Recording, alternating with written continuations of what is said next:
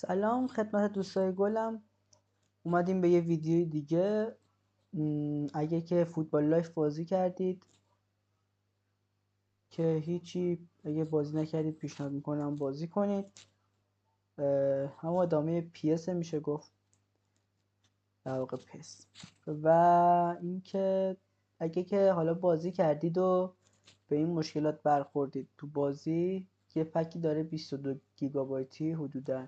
شما اونو دانلود بکنی، نصب بکنی، فوتبال لایف همه چیش میاد، همه بازیکنان قدرتای اورجینالی اصلیشونه، اما فیسشون فیس خودشون نیست. مثلا یه امباپه بیچاره دماغش کوفته است، دقت کرده باشی. ما میخوایم که توی این ویدیو از شر فیس افتضاحش خلاص شیم و یه فیس چیز بزنیم، فیس اورجینالش رو بزنیم.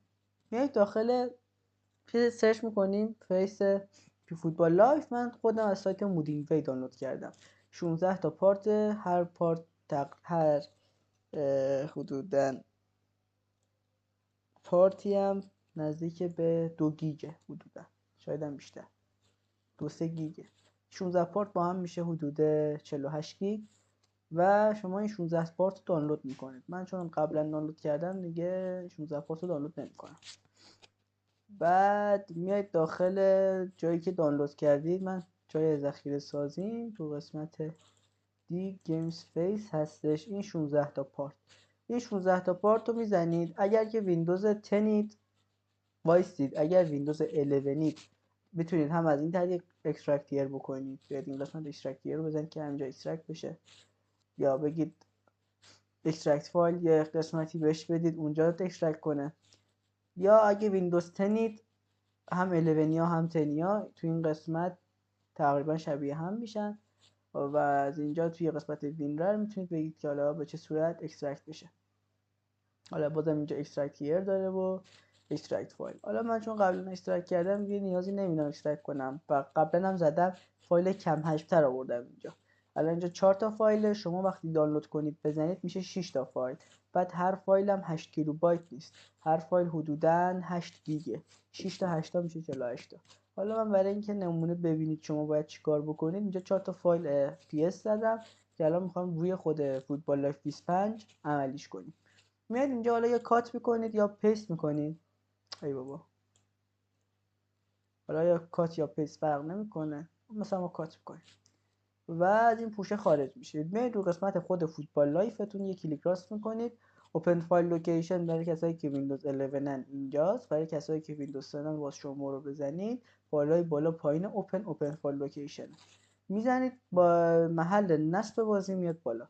حالا که محل نصب بازی اومد خیلی راحت میرید تو قسمت دانلود و هر 6 تا فایل رو که شما چیز کردین، الان 4 تا فایل، شما 6 تا فایل 6 تا فایل رو پیست بکنید و ریپلیسن فایل، این نمیدونم شیشی که گزینه بالای از تیک سبزاره رو میزنید که فایل های قبلی برداشته بشه، فایل های جدید جایگزینش بشه تا فیس فوتبال روش بیفته.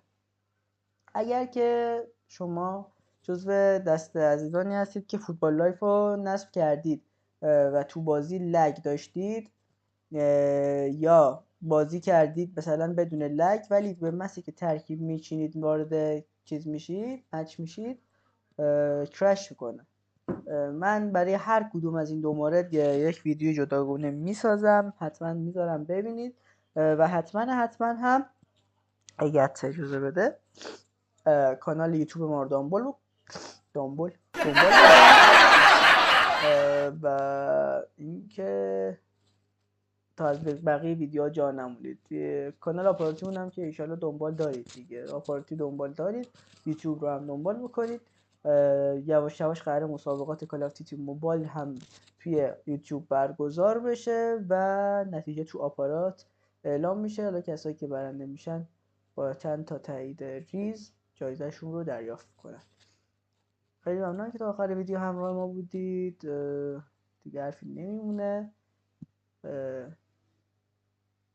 فعلا خدا نگهدار تا ویدیوی بعدی.